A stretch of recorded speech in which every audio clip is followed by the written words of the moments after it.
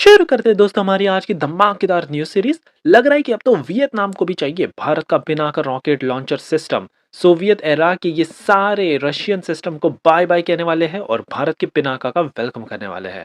India ने बहुत बड़ी जीत हासिल कर ली है इंजन के मामले में। अब हमने एक हाई पावर हाइब्रिड इंजन तैयार करके रख दिया है और इसे तो अब हम हमारे फ्यूचरिस्टिक यूएवीज में यूज करेंगे।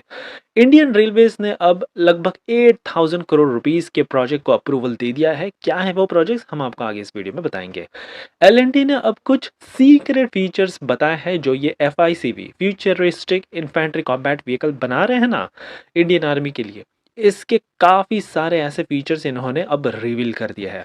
भारत और जापान, हम दोनों तो एक ऐसा एंटीना बना रहे हैं जो कि हमारी एग्जिस्टिंग शिप्स को स्टेल्थी बना देगा। वाकई में काफी रेवोल्यूशनरी टेक्नोलॉजी है। और फाइनली देखेंगे कि कैसे भारत के पास अभी तक कोई भी स्टेल्थी मिसाइल नहीं है, तो रशिया ने अपनी एक KH-69 नाम की स्टेल्थ क्रूज मिसाइल भारत को ऑफर की है और रेंज जानकर आप शॉक रह जाओगे, 400 किलोमीटर तक ये चली जाती है।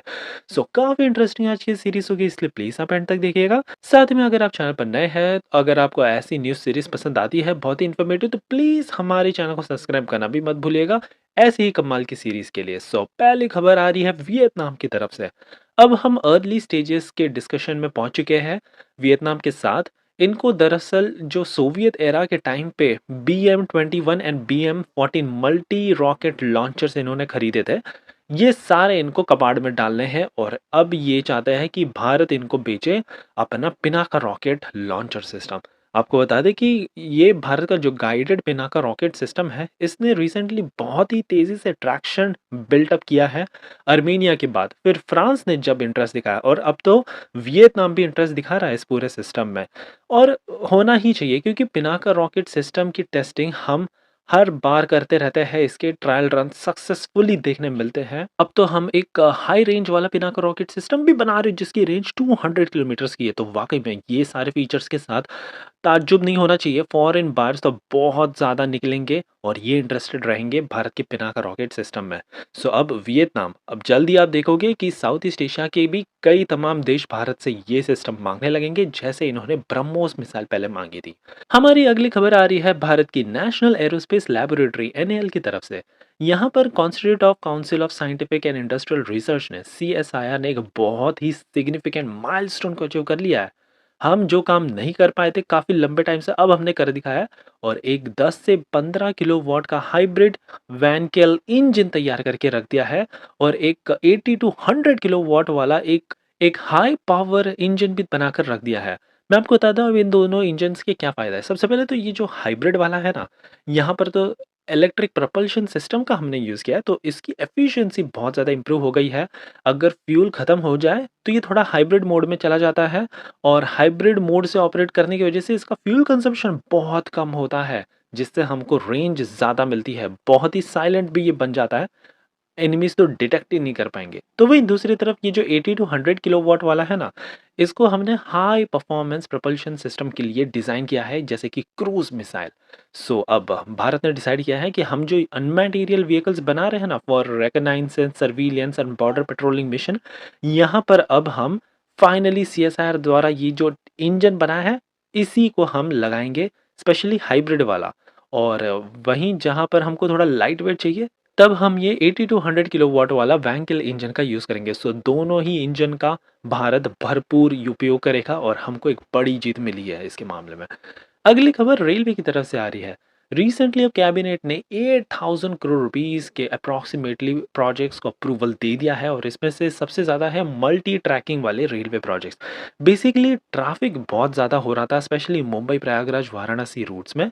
इन्हीं नेटवर्क्स को एनहांस करने के लिए अब यहाँ पर और ज़्यादा ट्रैक्स बिछाए जाएंगे। इसके अलावा कई तमाम ट्रेन्स की संख्या को भी बढ़ाई जाएगी। यूनेस्को वर्ल्ड हेरिटेज साइट्स जैसे अजंता एलोरा, देवगिरी फोर्ट, ऐसे तमाम सारे जितने भी नेचुरल वंडर्स भी है ना, इनमें नई नई ट्रेन्स को शामिल किया जाएगा रिलीजियस ट्रैवल प्रोग्राम के तहत। इसके अलावा फ्रेट ट्रैफिक भी जो हो रहा है ना, इसको भी रिड्यूस करने में नया इंफ्रास्ट्रक्चर बिल्टअप किया जाएगा।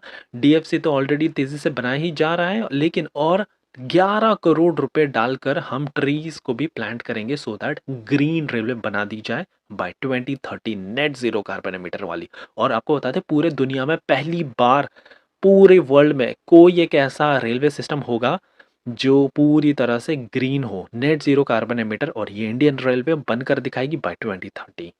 अगली खबर एल की तरफ से आ रही है। इन्होंने अब अपने एक फ्यूचरिस्टिक इन्फेंट्री कॉम्बैट व्हीकल जो इंडियन आर्मी को जल्द ही मिलने वाले हैं, इसके बारे में इन्होंने काफ़ी कुछ फीचर्स गिना दिए। यहाँ पर इन्होंने कहा कि हमने ऐसे ऐसे फीचर्स डाले हैं ना जो आपने शायद अभी तक किसी भी फ्यूचरिस्टिक इन्फेंट्री व्हीकल में नहीं देखे होंगे। सबसे पहले तो हम यहाँ पर anti tank guided missile system डाल रहे हैं ताकि ये मिसाइलों से बच सके। इम्प्रोवाइज्ड एक्सप्लोसिव डिवाइसेस जो आईईडीज आम तौर पर हमको देखने मिलते हैं, ये दुश्मन देश डाल देते हैं, सो इनसे भी हमको बचाव मिलेगा। कंपोजिट मटेरियल्स का यूज़ किया गया है, एक्टिव प्रोटेक्शन सिस्टम, इसके अलावा एडवांस वेपनरीज, यहाँ पर 30 automatic cannon, coaxial machine gun, anti tank guided missile, ये सारा कुछ डाल दिया गया है। मैन्यूवरेबिलिटी और मोबिलिटी के मामले में भी ये बहुत ज़्यादा एडवांस है। यहाँ पर कमेंस का इंजन मोस्ट प्रॉब्ली यूज़ किया जाएगा।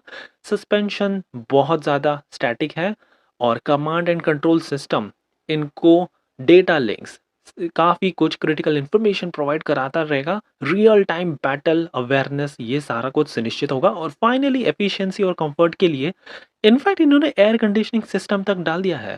कॉकपीट का डिज़ाइन पूरी तरह से इन्होंने रीडिफाइन करके रख दिया है सो दैट कंफर्टेबली हमारे सैनिक इसको ऑपरेट कर पाए और दुश्मन देशों के छक्के छुड़ा दे। हमारी अगली खबर इंडिया और जापान के डिफेंस टाई की तरफ से आ रही है। यहाँ पर एक बहुत ही ज़्यादा स्ट्रेटेजिक पार्टनरशिप हो चुकी है।